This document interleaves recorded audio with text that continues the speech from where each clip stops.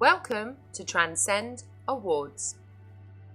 Prioritise legal duties in schools and childcare environments. Prioritise legal duties. Your learning objectives are to be aware of duty to comply with legislation, to be aware of duty to comply with statutory guidance, to be aware of duty to comply with infection control policy, to be aware of duties of the school or childcare provider as an employer, and to be aware of practitioner duties in school and childcare environments. Duty to comply with legislation. Legislation is relevant to all citizens and organisations. Schools must abide by a significant amount which is relevant to the nature of their work, their children, staff, and other stakeholders. Legislation relevant to schools includes, but is not limited to, the Children's Act 1989, the Children's Act 2004, the Children and Families Act 2014, the Data Protection Act 2018, the Education Act 2011, the Equality Act 2010, the Health and Safety at Work Act 1974, the Human Rights Act 1998, the Health and Social Care Act 2012, the Public Health Act 1961. Legislation compliance in schools is highly complex as pieces of legislation are interrelated. There are times when there may be a need to prioritise one piece of legislation over another, for example, during times of a health, safety, or infectious disease concern or crisis. This is made clear in the statutory guidance and must be justifiable. Duty to comply with statutory guidance in education.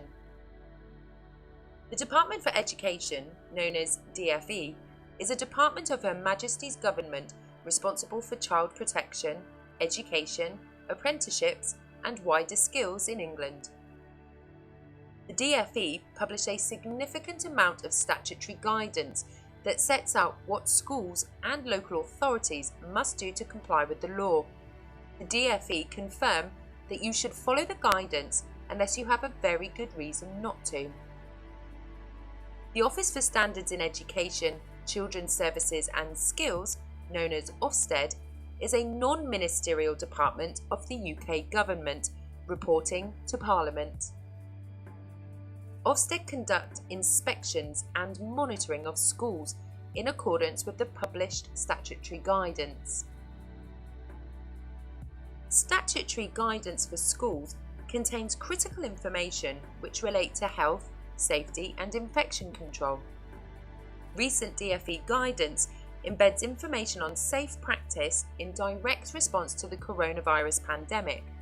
This guidance is being regularly updated and schools and childcare providers have a duty to monitor and comply. Duty to comply with statutory guidance in education. Local authorities and schools are also answerable to other relevant regulatory bodies, such as Public Health England. Public Health England is an executive agency of the Department of Health and Social Care in the United Kingdom. The Health and Safety Executive. The Health and Safety Executive are the national independent regulator for health and safety in the workplace. Local authorities and schools benefit significantly from the statutory guidance set out by the Department of Education associated with health and infection control. The DfE provide extensive guidance to enable schools to understand the scope and duties under all legislation and regulations which are set by the government and range of regulators.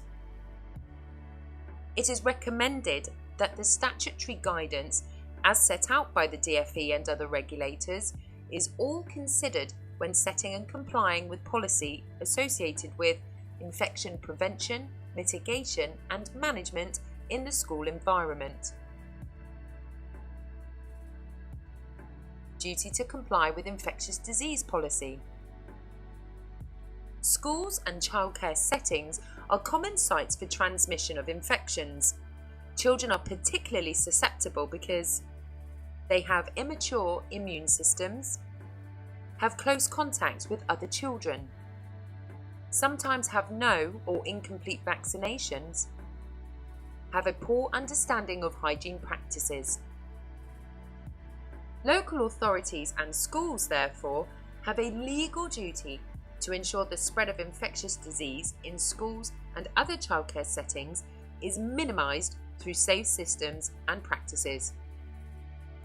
Safe systems refers to the policies, practices and training that is provided within the school staff hierarchy. Duty of the employer. Under the Health and Safety at Work Act 1974, the accountability for the health and safety within the school environment lies with the employer. It is essential, therefore, to be aware of who your employer is to ensure you engage with the right policies and practices with regards to health, safety and infection control in the school and childcare environment. The local authority is classed as the employer for maintained schools. Local authorities will work closely with their schools to ensure effective policies and practices around health and safety are published in accordance with statutory guidance. The governing body or proprietor is classed as the employer in academies, MATs, independent schools, private providers and nurseries. These employers are responsible for publishing their own policies and procedures on health and safety in line with statutory guidance. Infection control and contingency plans must be aligned to statutory guidance and must fall within the health and safety policies and practices for each school and childcare setting. Duty of the employer. Each school employer must take reasonable steps to ensure that staff and pupils are not exposed to risks to their health and safety. This applies to activities on or off school premises. Each school employer must embed controls and contingencies to prevent, mitigate and manage risks associated with infectious diseases into their standard health and safety practices. Each school employer must update their organisational, activity and site-specific risk assessments and controls during times of infection pandemic, especially where statutory guidance requests this. This is the responsibility of the employer, although tasks may be allocated to qualified staff. Each school employer must continue to consider all other legislation and regulation when developing controls and contingencies during infection pandemics. An example includes educational standards and quality of education. Schools have been required to comply with revised regulatory frameworks on exams during COVID-19. This serves to prevent disadvantaging children whilst maintaining educational standards during the crisis. Duty of the employees.